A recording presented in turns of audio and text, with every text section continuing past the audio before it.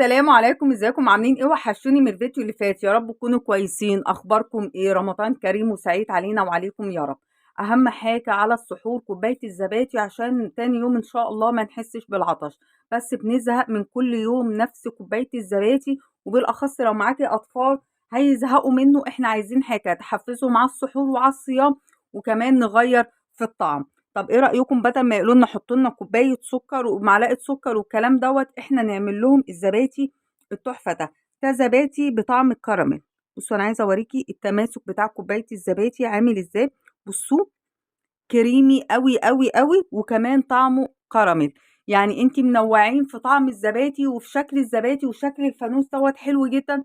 بالاخص لو انتي معزومه في السحور عند حد وخدت لهم كوبايات الفوانيس ديت، هتكون شكلها حلو قوي قوي قوي. مش عايزين نتكلم كتير. طب عايزين نعرف الطريقه والمقادير؟ هندخل على الفيديو ونتفرج عليه لاخره.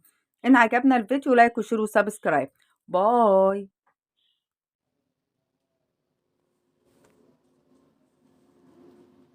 بنقول بسم الله وعلى بركة الله. عملنا الزبادي العادي وعملنا زبادي الفراولة، اللي عملنا المانجا، أنا آسفة الفراولة لسه. جبت معايا لتر حليب أو حطيته على النار بفككه عشان هو كان في الفريزر. كوباية زبادي. بصوا كوباية الزبادي حلوة ما شاء الله. معلش أنا آسفة الكاميرا ما شاء الله حلوة. هي بس عملت كده مطرح ما إيدي أنا اللي خليتها عملت كده. ومعانا لبن حليب بودر. هخليه يغلي واسيبه يبرد كده، بحيث ان هو احط صباعي فيه استحمل السخونيه بتاعته او الدفى بتاعه، يبقى عامل كده زي رضعه البيبي. اوكي، هغليه ويبرد وارجع لكم. هنا كوبايه الزبادي معايا 3 معالق كبار حليب بودر. بصوا يا حبايبي، ايس كريم اللي هو بطعم الكراميل حلو جدا جدا، طعمه حكايه. هفضيه هنا. بصي ميكس هيبقى ان شاء الله وهم. هنبتدي بقى. انا عايزه بس شويه حليب عشان اضرب الكلام ده كله. الحليب بتاعنا دافي. عشان اضرب الكلام ده كله انا عايزاه يبقى كريمي معايا، يعني عايزاه يكون حلو جدا.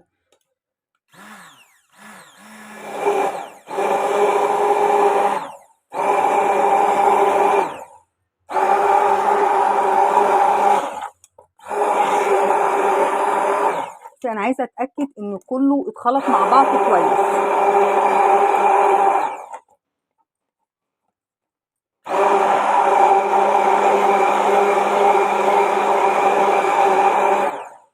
الخليط بتاعي بصوا بقى عامل ازاي، بقى كريمي خالص. هنزل بقى هنا. بصي مش هنسيب بقى اي حاجه، هنفضي الخليط ده كله عشان كل ده الخميره بتاعتنا. وهنضرب الكلام ده كله كويس جدا. برضو انا عايزه الخليط بتاعي كله يبقى كريمي. بصوا انا كده خلاص بقى معايا حلو جدا. بصوا لونه حلو جدا جدا جدا. هنعمل ايه بقى؟ هتجيبي الاكواب اللي انت عايزه تستخدميها. انا قلت ايه النهارده يعني نعمل لهم شكل حلو كده. بصوا الفوانيس دي حلوه قوي قوي. ده اكريليك جميل قوي. هنبتدي نحط فيه برضو الكميه اللي تعجبك. عايزه تمليه لاخره وتملي نصه براحتك، بس انا عاده بحب اسيب فراغ شويه عشان لو حابه تحطي شوفان، حابه تحطي مكسرات، حابه تحطي اي حاجه، ما تبقاش الكوبايه مليانه على اخرها. ممكن نحط مربى فوق الوش، يعني ممكن نحط على السباتي حاجات كتير جدا. هنبتدي بقى نصب الكوبايات بتاعتنا. حطي الكميه اللي تعجبك. انا بحط 3 كبشات من دول. يعني انا عادة في اي زبادي بعمله بحط ال3 كبشات دول، بيبقى المقدار بتاعهم حلو جدا. يعني بصوا الكوباية ما شاء الله حجمها حلو. هصب الكمية كلها وارجع لكم. اكواب او 8 فوانيس حلوين جدا ما شاء الله. قدامك اختيارين، لا اما كل فانوس او كل كوباية هتغطيها باسترتش راب او هتعملي الصينية كلها. انا بريح نفسي وبعمل الصينية كلها. اغطي الصينية وارجع لكم.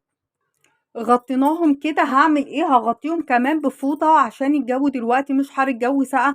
احنا عايزين نتعامل ان احنا حاطينهم في حضانه زي بتوع الالبان، المكان اللي بيبقى مخصص ليهم. هغطيه كمان بفوطه وهحطه في البوتاجاز، فرن البوتاجاز.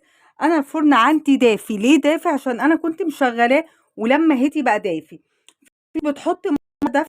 انا الصراحه ما بحبش الطريقه ديت، انا على طول بالطريقه دي والحمد لله ما شاء الله بيظبط معايا. سيبه في الفرن، بس بعد 5 ساعات هيمسكوا كوبايه. لو حسيتي ان هي جامده من نفسه كده خليها التلاجة لسه طري، سيبيه شويه كمان. هدخله بقى يجمد كده شويه ونرجع مع بعض نشوف هيبقى شكله عامل ازاي. بصوا يا حبايبي، بعد ما طلع معانا الزبادي بالليل حطيته في التلاجة ساعتين 3 كده.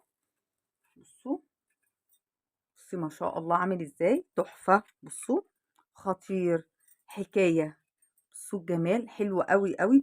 طبعا اللي احنا شايفينه دوت مطرح الايس كريم، حلو قوي وجميل قوي، وشكل الفانوس نفسه من باب التغيير. وممكن دوت لو انت حابة تخرجيه لحد، لو انت مثلا رايحة في حتة، رايحة تتسحري مثلا عند حد، ممكن تختارهم الكوبايات ديت، شكلها شيك وحلو قوي قوي قوي بدل ما تشتري من بره. والتكلفة لو حسبتيها، التكلفة أرخص من كوباية الزبادي اللي احنا بنشتريها، وعلى الأقل ديت أكتر وأطعم إن شاء الله.